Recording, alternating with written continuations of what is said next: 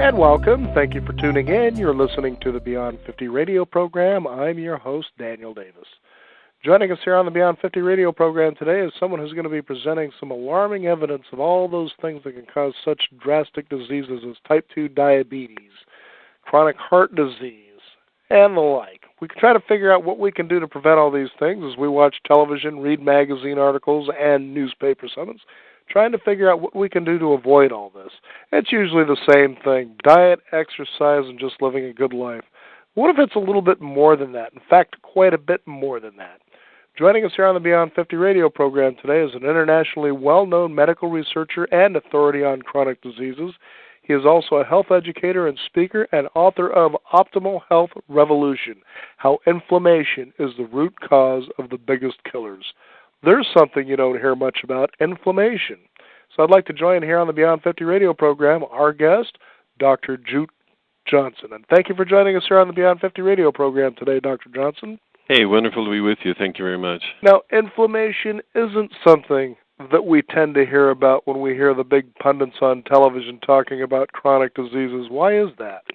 Well, you know, in a lot of the scientific realm right now, there's a tremendous amount of research, but of course it's tough to move the whole body of scientists in one direction. It's like moving a ship, and they're all kind of hesitant to step out there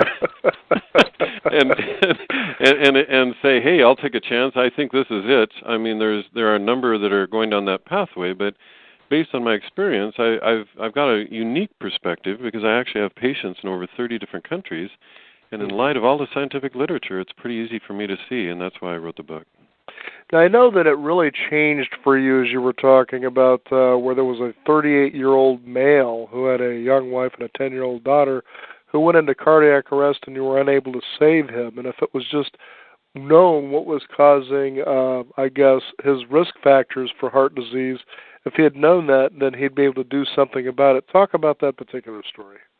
Well, you know, I worked and trained at UCLA School of Medicine, and my specialty was emergency, and I worked at a level 1 trauma center in Southern California, and just anticipated I'd see most of my heart attacks in the 60s and 70s, and then I started seeing individuals in the late 30s and 40s, and it struck me that initially I thought, well, I'll never see this again, but then I saw another, and finally one day this gentleman came in and brought in full cardiac arrest, and it's kind of every person is important, but somehow this family really struck a deep chord with me, and I'm not really sure why, but what I did was continued with the normal protocol, and we were getting absolutely no response. And so what I didn't want to do is go out to the end of the code and walk out and just suddenly pronounce, well, this relative is dead. So when things were not looking good, I decided to go out and talk to the family, and there was a wife and daughter, and what struck me down was the look of love in their eyes. I mean, I could tell that they loved him deeply, and that's what struck me. And when I discussed his scenario, I mean, everybody's important, but somehow they had this passion and love for him that was beautiful. So I told them we'd do everything we could. I went back in, and we finished the protocol. Again, absolutely no response. And I didn't want to stop the code. I wanted to, well, let's continue on, another defibrillation, another amp of epi, etc. And because I didn't want to go out and face his family and tell them. And sometimes that door from the emergency room to the waiting room is the heaviest door in the world, and that day it was the heaviest door. That. And when I opened the door, I was taught generally that I wouldn't let myself emotionally, get too attached, because then you can't think clearly. But there wasn't anyone else in the emergency room at that time, and I opened the door, and they could tell from the look on my face they hadn't made it, and they started to cry. And I walked over, put my hands on both their shoulders, and stood there and cried with them. And I didn't even know this man, but I thought, that's it. I'm not going to do this the rest of my life. I'm going to get on the other end. I'm going to try to prevent this from happening, and that was over 20 years ago.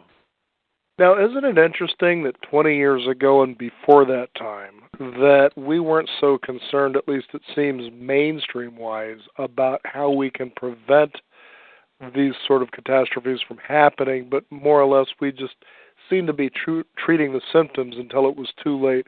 Why the change?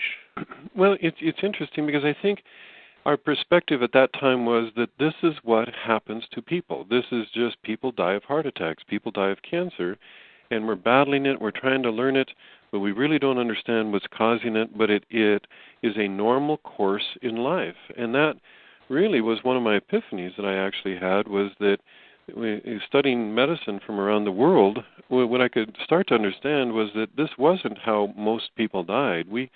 Throughout time and throughout the history of man, that really this is a more recent development to have heart attacks and Alzheimer's and Parkinsonism and et cetera, that these chronic diseases were a function of our lifestyle in recent time periods, not always. And that's what made me become passionate about saying, wow, there's got to be a reversal.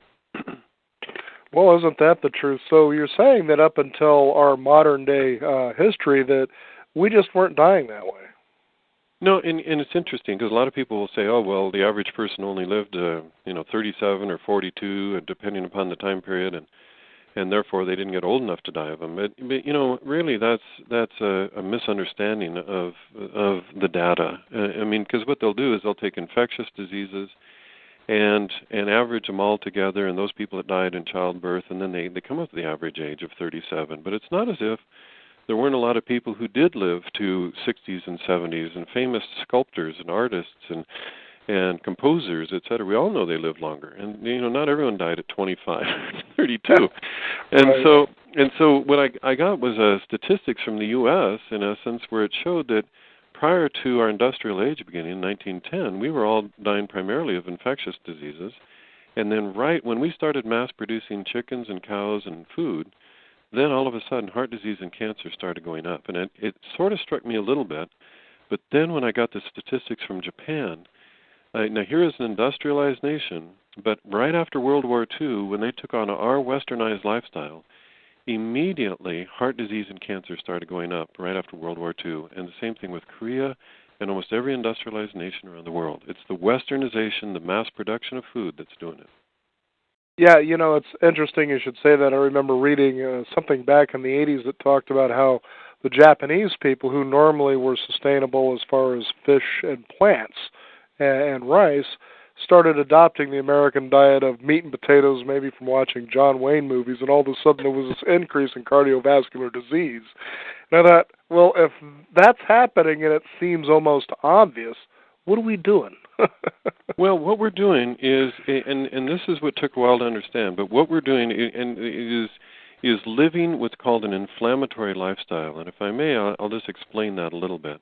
Yes. It all started in 1995 when researchers noted, in essence, that one of the markers of the immune system were elevated with heart attacks, and it was confusing. And we're all actually, inflammation is really defined by 4 words: red, hot, swollen, and tender. And we're all familiar with it if we get a sliver under our skin, because our skin turns red, hot, swollen, and tender. And that's because it's a war zone for the immune system.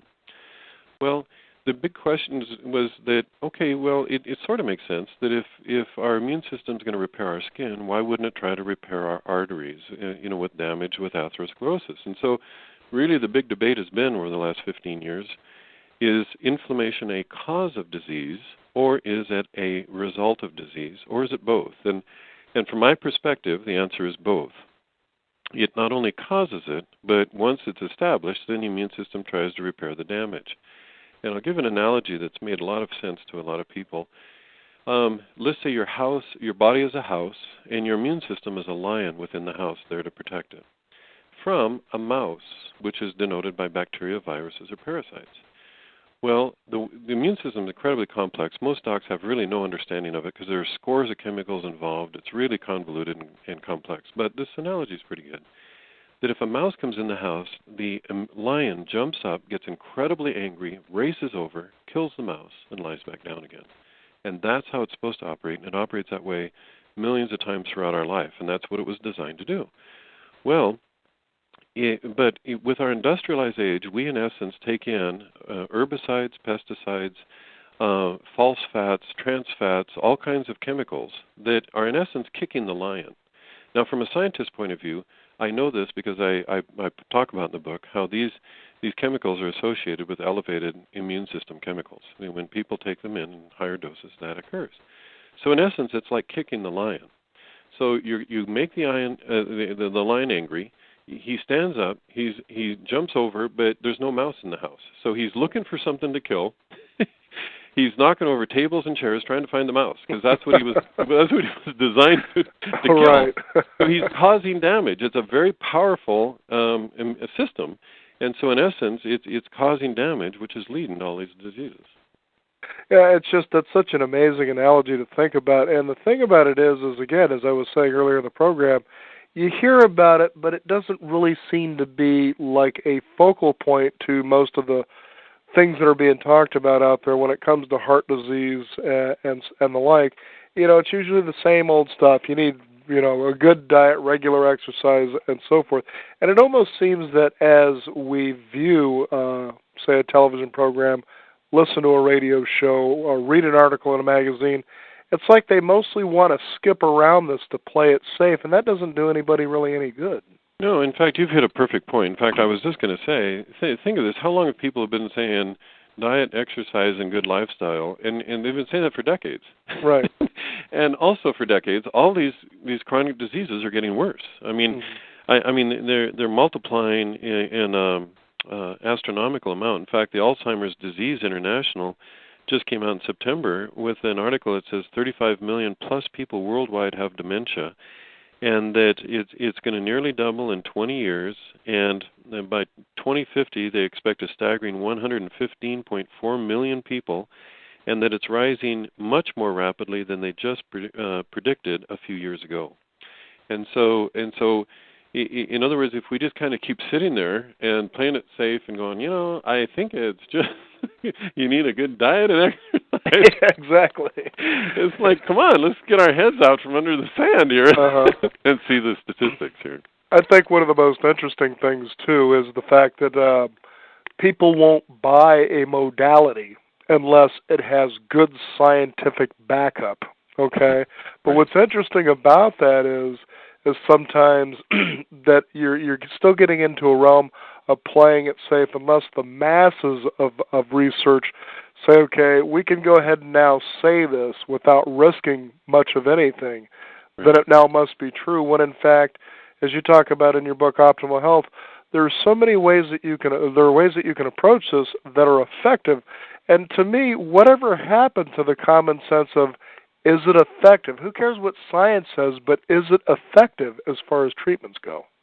Absolutely. And in fact, for example, I mean, inflammation has been shown in a lot of studies. I have almost 900 scientific studies in the book. Inflammation has been shown to lead to insulin resistance.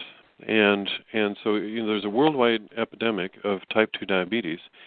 And also, there's evidence to show that inflammation increases or messes up with several parameters that are involved in fat metabolism. And when people get into inflammatory states, they start gaining weight. And when I look at all of and this is why my perspective is so unique. Most docs they live in one country and they have patients that are either from that country or moved from others to that country, but living in that culture. I have patients in 30 different countries around the world. I travel extensively, and so I understand world health, and so that's why it's so easy for me to see that when a country takes on our lifestyle, all of these diseases start at the same time. They don't start, just like, heart disease and then 30 years later cancer. No, I mean, all of those chronic diseases start at the same time, so there must be a unifying mechanism. And so we have taken in our program 50 people, 10 a year for the last 5 years, who were heavily obese. Half of them were in metabolic syndrome. All of them had extreme insulin resistance. And in 3 months, using using inflammatory reduction principles, we were able to stop all of them, take them all out of metabolic resistance, and take them down to there was only one person left who had insulin resistance, and it was only 10% of what it was before. All of the rest, all of their insulin resistance was gone. It's just following what the science is saying, and we know what we're doing. And that's why I presented it in the book. I couldn't wait any longer. It's like, I'm not going to wait until the whole ship becomes popular. It's going to take someone like yourself or some key people listening to the show to say, you know what, I'm going to check this out. I think the guy's right. Let's go for it. Yeah, and again, isn't it about results? I mean, don't you want to know, is it effective? Does it move me in the direction that I want to move, instead of waiting for the masses to say, well, no, now you can do this because now we don't have to worry about lawsuits. You're right. You're right. It seems that way. No, and it does, and that's what's so sad. And most physicians are so controlled right now just fulfilling governmental guidelines, that they are scared to step out of those realms because, they're kind of threatened with, wow, you might not, get our support and funding, and you might be shined negatively upon. And I think that has a lot to do with why a lot of people are hesitant to step out. Yeah, I can imagine they would be, that's for sure. Now, it's interesting because when we were talking earlier about how you hear the same particular regurgitation of what makes optimal health, good diet, exercise, and great lifestyle. But in fact, not all of us are built the same. And you talk about in your book Nutrigenomics. Let's talk about what that is. Yeah, Nutrigenomics, it's a new field that started roughly about the same time period, 15 years ago or so. And we've known for years that our genetics would impact how we metabolize food, and that's a different pathway. You line up 10 people and give them a hamburger, they're not all going to have the same cholesterol. Well, nutrigenomics is just the opposite. In other words, not only did we know that food is absorbed into our bloodstream and into the cells, but nutrients, there are certain nutrients that even get into where the DNA is, and they turn on and turn off genes. And so what I've noticed with a lot of fad diets that are out there that people just jump on and follow, and that's why it was one of my motivations. They were one of my motivations to write the book, is that a lot of famous authors don't understand this concept in depth about inflammation. And so what they'll do is they'll have their fad diet, and then they'll recommend foods that are inflammatory. And that's why it's interesting, because it was driving me nuts that, in essence, they sort of understand the concept, and then they'll lead people down a pathway that's inflammatory. And sort of like you've got a fire going on, let's throw some gasoline on it. Absolutely. And then say, well, I know what I'm doing. I understand inflammation because, man, I can really make this fire up. I couldn't take it anymore. It's like, no. I like that. I can't take it anymore. Right, that's right. I opened my window and screamed. No. That's funny. So anyways, you were saying. Well, and so now that we have an understanding with nutrigenomics, in essence, all of my recommendations, a lot of people don't understand the science. Well, who we're connected with and who we work with, we're familiar with some very well-known scientists in this realm. All of my recommendations have to do with recommendations of food and nutrients that are going to correspondingly fit with that science to make sure that we don't have conflict in that way. For example, vitamin D has been shown to turn off the MS gene, just as an example of nutrigenomics. So I'm not saying that vitamin D will cure MS, but we know from a lot of scientific research that it's known to turn the gene normally associated with the disease off. Well, if somebody has, for example, a family history or several people in their family with that, to know that understanding of how these nutrients impact their DNA and turn off good genes and turn on bad genes, that's critical.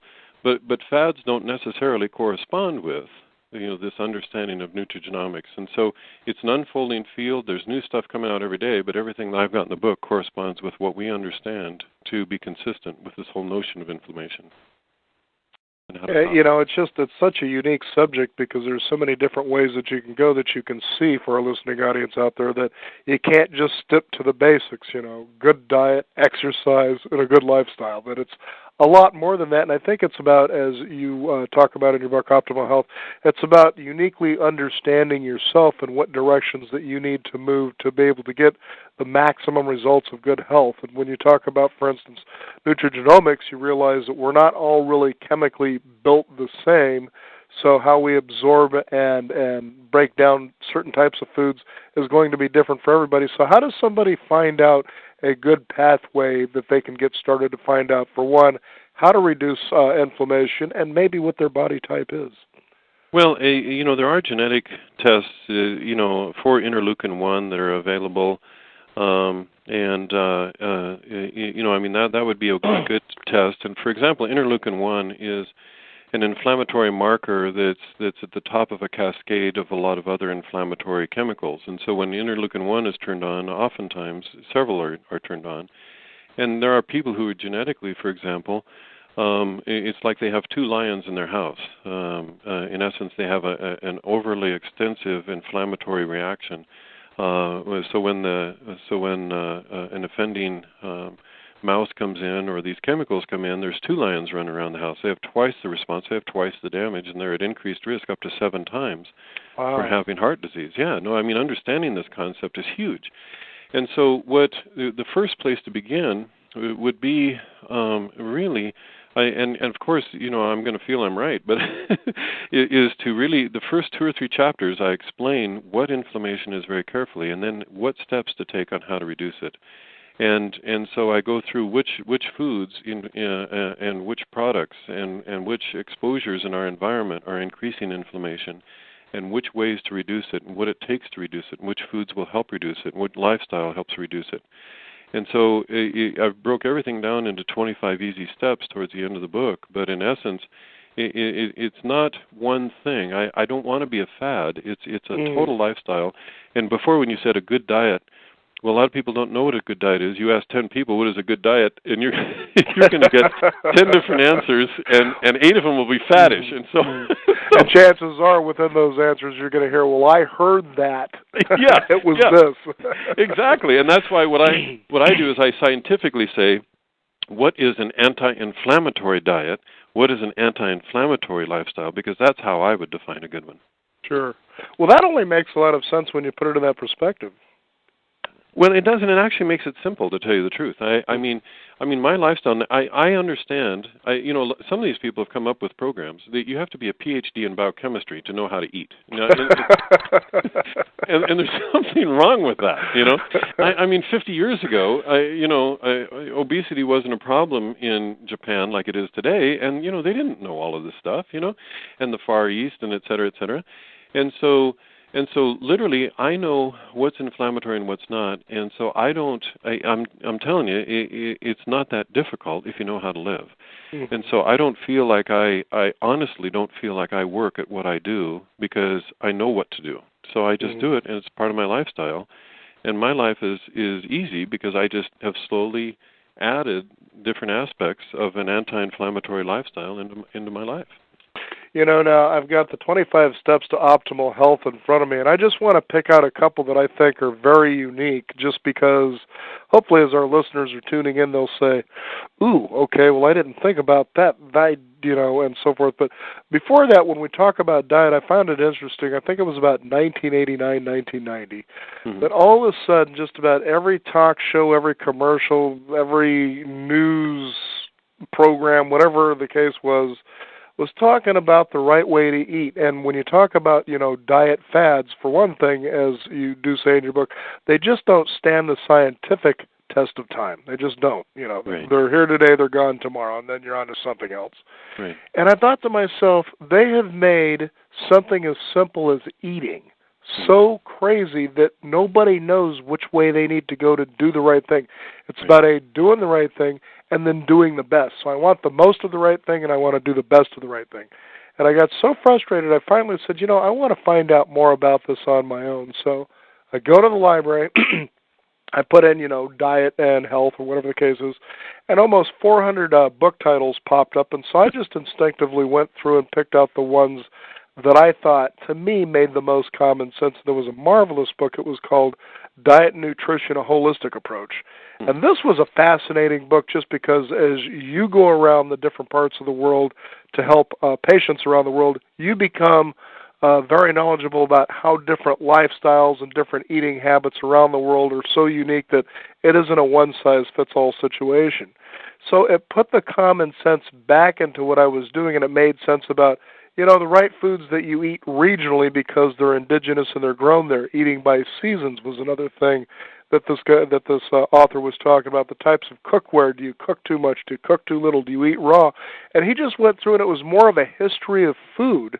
And to me, it put common sense back into dieting. Right. And I wished a lot of these people, and I'm sure you probably feel this way, would just stay quiet. Right. No, absolutely. Because I think the average person gets so frustrated with running in one direction, and the next fad comes out and says, no, you're 100% wrong, go in the 180 degrees differently. And so people are running around, they get to the point where they just throw up their hands and go, I have no idea what to eat. I have no idea what's good. I'm just going to just eat what's pleasurable and go for it. So I'm going to go ahead and touch on a couple of these, and then maybe you can elaborate on a little bit. The first one that jumped out on me, of course, was sunscreen. and you say about SPF 30 or above. Now, the key, though, you say about this is avoid tanning beds. Yeah. All right. Does that mess up your lifestyle right right there? Everywhere. Oh, yeah. No, in fact, most people don't know that tanning beds are actually listed as a carcinogen with the government, okay? And, we're well aware of the fact of UV, even those that say, well, we have a controlled UV input that's going to your body. It doesn't make any difference if it's controlled or not. There are very low standards on the monitoring, number one.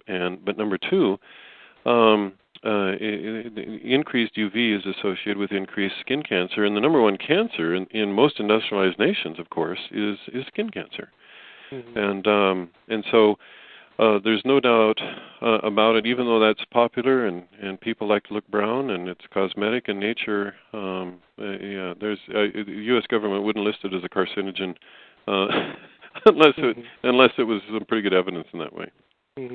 Now, another one, too, that's pretty important, and we've actually had a hormone synergy specialist on our program, and she actually runs a workshop about hormone synergy and hormone replacement therapy, as it's necessary through testing. But she says in her workshop, get enough rest. She says, get as much sleep as you can. And you take a look at our Western society, and you realize people are just moving themselves to death sometimes. Oh, absolutely. And in fact, there's a lot of research that's come out in the last 10 years on sleep, and I included a number of articles in the book. One of which shows, or several of which show that inadequate amounts of sleep chronically lead to increased inflammation. And in other words, that is one of the things, obviously, that is promoting our modern lifestyle, chronically being inflamed. And so the ideal amount of sleep to get is actually 7 to 8 hours. Studies also show that chronic sleep deprivation is associated also with reduced longevity. There are certain hormonal pathways that only work well while we sleep. And so if we don't get adequate amounts of sleep, we used to think, sleep's a waste of our life. No, it absolutely is not. And that does fit into that category of something that we need to take care of for sure. Absolutely. Now, the other thing, too, is that you talk about get genetic testing, and are there genetic tests that are available that are commercially available as well, or do you need to go to a doctor for that? There are, but I have to admit this is pretty controversial in some areas, because there are a number of individuals, of course, who have come up with genetic tests that don't necessarily impact our lifestyles to any great degree, and yet at the same time, it's not as if none of them are of any value either. I mean, in other words, because there are people who realize that, wow, people are getting hot on genetics, so let's come up with something to make a lot of money and won't necessarily impact their lives. But I do think that interleukin-1 genetic testing has got some pretty good science behind that. And that is something that's worth, based on its science so far, and the same group, they're called Interleukin Genetics out of Watham, Massachusetts. They're also looking at certain tendencies towards developing some people who genetically have an increased tendency towards obesity. I've reviewed their literature on that. That seems to be pretty solid, but especially that interleukin-1 testing. Because if you have a chronically inflamed state and you have some increased risks for the lions constantly being angry, you better be very serious about your lifestyle. And I think that's the best. Yeah, a good portion of these do have to do with diet, just a couple just to let people know is that we want to eat more organic, which you're starting to see that really happen quite a bit. People are moving away from processed foods, which is another step that you have in your optimal health. And you can see how those things go hand in hand, just because when you mass produce food, you really begin to take away the elements in the food that would give you the nutrition in the first place. Well, absolutely. And it's so interesting because I have an opportunity to know Artemis Simopoulos, who is arguably one of the world's leading authorities on omega-3. She sponsors the International Omega-3 Conference, knows everyone who's ever done any significant research in omega-3.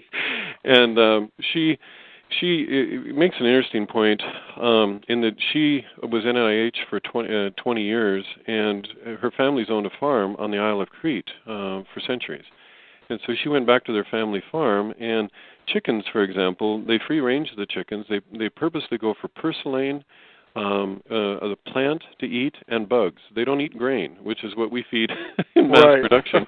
And the grain, of course, was raised with herbicides, pesticides, et cetera, which gets into the animal's fat. But she says that she took purslane back to NIH and analyzed it, and it's really high in omega-3. Now, in the U.S., we call purslane a toxic weed, so we kill all the purslane. But free-ranged animals will go for it and eat it, and so the egg content of omega-3, the meat content of omega-3 is vastly different. You know, it's interesting, too, Dr. Johnson, is that when you talk about eggs, there was a time where they would say you need to avoid eating eggs because of the cholesterol rise that you would get out of that. But we were out at what they would call a community sustainable farm, where this woman allows you to come out and stay at her farm, and you, in exchange, just do some farm work, but she also likes to educate you. And there was an interesting book that she had there that had a lot to do with nutrition, but it was like an old school, old wives' tale book. And in there was a particular page that talked about the nutritional value of a good, wholesome egg. And I was astounded to think, you know, why aren't they talking about this? Oh, absolutely. Because today's eggs, in essence, are not raised that way, the vast majority of them. But you know, if you do have an understanding of a free-range egg, yeah, it's not nearly as troublesome. And you think corn, well, corn is natural. Corn is a product that the way they treat corn oil is omega-6, which is incredibly inflammatory.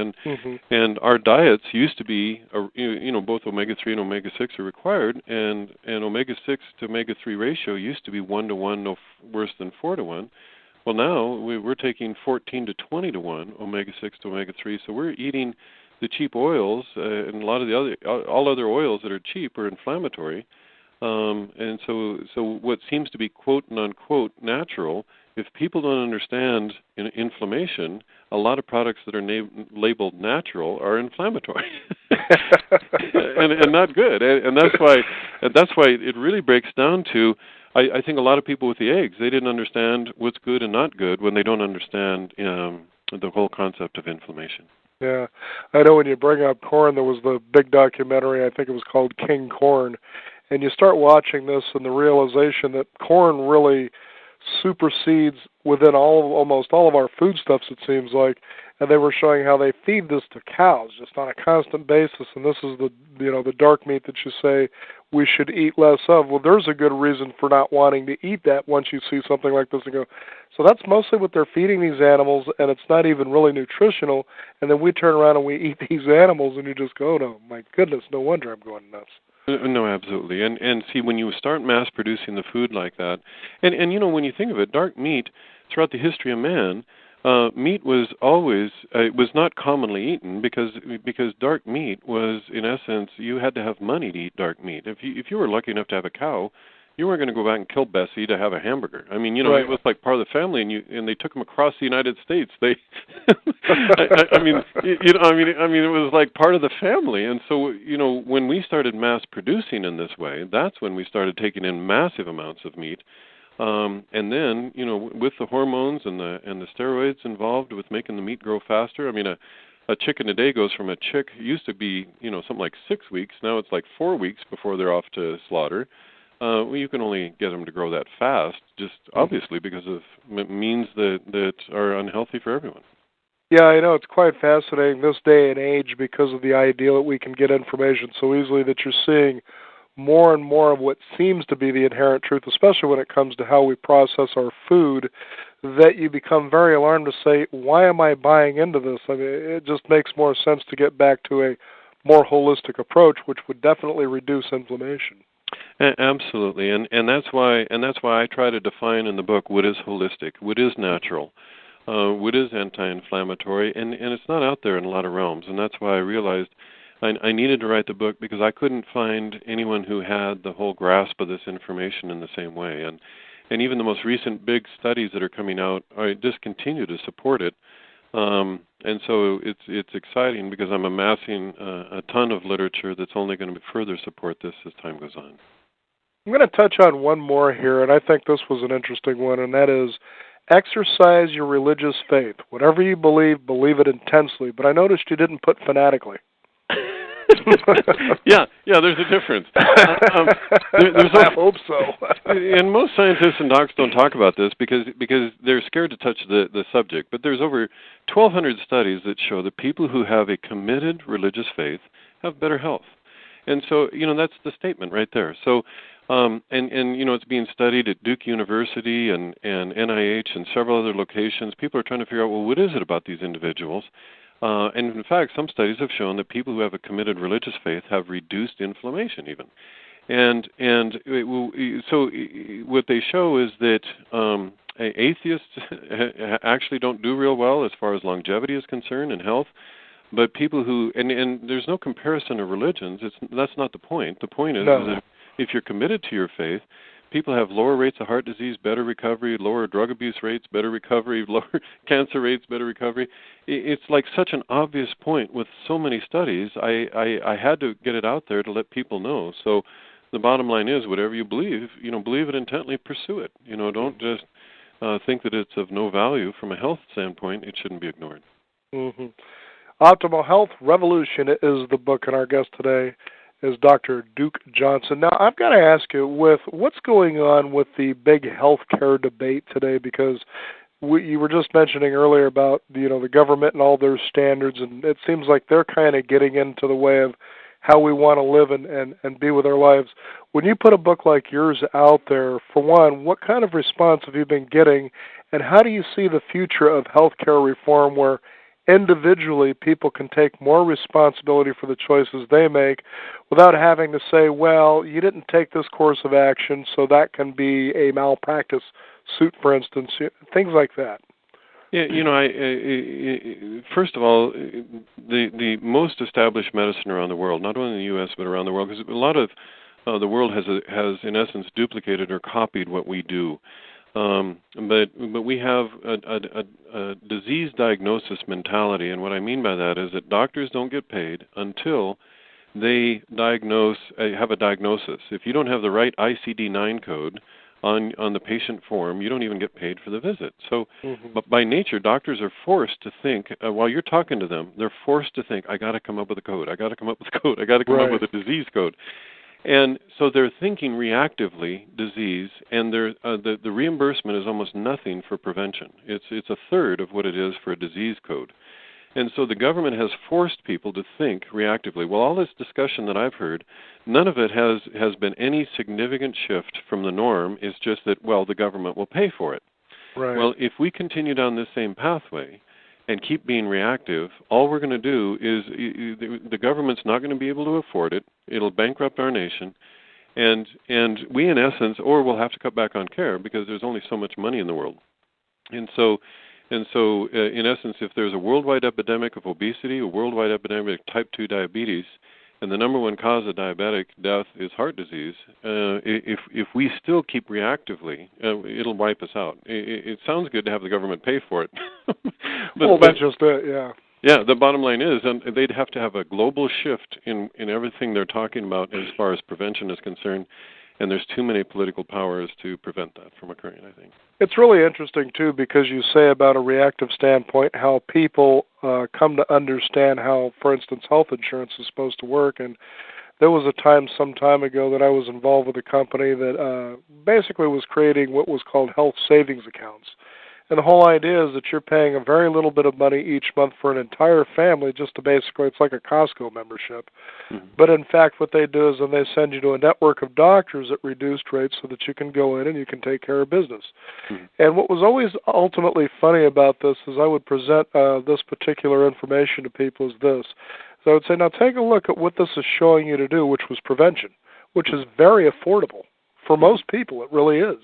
Oh, sure. And then on the other hand, now here's what would be funny about the whole thing is that they wouldn't have any kind of coverage whatsoever, but inevitably you would always hear this. But what if something major happens? Mm-hmm. In other words, they're talking themselves out of the opportunity to be able to take care of themselves. Exactly. And I thought, but you weren't thinking about that when you didn't have anything in the first place. And I'm trying to move you in a direction to where you take personal responsibility for your own health. And that's the funny thing that I find about even the messages within, let's say the Obama administration and the government health care plan is the idea is nobody wants to take personal responsibility for anything anymore with all the information that is out there. No, and I think you're absolutely right. There's two stages for most individuals. Number one is confusion. What's the right pathway? And so that's why I thought, okay, I'll write a book that I think has got the most science down the right pathway. And ever since I started writing the book, everything that's come out since only supports it. It just continues to support that notion. Then secondly, the next step is, okay, now that I have the right information, this is step number 2, am I going to do something with it? Mm-hmm. And for those, and it's unfortunate that most of us have gotten into the fat and lazy, literally, Anybody who's seen the movie WALL-E would see that. Yeah. I mean, it's just gotten into that mentality of, okay, I mean, we're becoming the people floating there in the WALL-E movie. That in essence, oh, geez, you mean I might not have to, I shouldn't eat fries 3 times a day? It's like somehow... trust me, if you'd get away from it, you'd actually enjoy not eating it. Exactly. But that mentality is so stuck, it's pathetic. It sure is. Well, the book is The Optimal Health Revolution, and our guest today, Dr. Duke Johnson. Could you go ahead and give out a website where people can find out more? Yeah, it's drdukejohnson.com, and it's DRDUKE Johnson.com, all one word. Mm-hmm. And what do you see yourself as on the horizon doing? Well, pretty much, what I'm still doing. I just got back from Turkey for 2 weeks, and over there was a conference of individuals from Russia. I'm actually going to be going in the near future to Ukraine and Russia. I've got trips planned internationally because there is a great hunger for this information around the world. Even though we seem to be standing back, giving only token bits of play it safe information, as we like to tend to call it. Yeah, exactly. Yeah, and so from a token standpoint, a lot of people are saying, well, yeah, we got to prevent, but then they do nothing in that pathway. But around the world, they're so desperate for information that there's a great hunger, and so I'm doing a lot of international trips because of the interest, and I've got many planned up, through all of next year already. So. I'll be doing that. At least some people around the world will take advantage of this information. Well, good. We'll have to have you revisit our program at your earliest convenience as you do that, so that way we can share with the opinions, attitudes, and even the expressions of people around the world outside of our own country are thinking and moving towards, so we can, kind of maybe even better our own lives as well. So. Well, I look forward to it, and I've really enjoyed being with you. Absolutely. You bet. Well, Dr. Duke Johnson, thank you for joining us. The book is The Optimal Health Revolution. It's been a pleasure to have you on the Beyond 50 radio program. Thank you. Thanks so much. You bet. So there you go. The information is right there in front of you. All you got to do is take the time and the choice and the decision to go ahead and make sure that you use it. After all, any information that you do have that you don't use is going to be a waste of time. I'm Daniel Davis. Thank you for tuning in. You've been listening to the Beyond 50 radio program. Be sure to visit us at our website at beyond50radio.com and sign up for our free weekly e-newsletter. Also be sure to visit us at our blog, where we also archive our shows, as well as have great resource information for you to use and share with others. Again, thank you for tuning in. I'm Daniel Davis, and remember, live your day past halfway.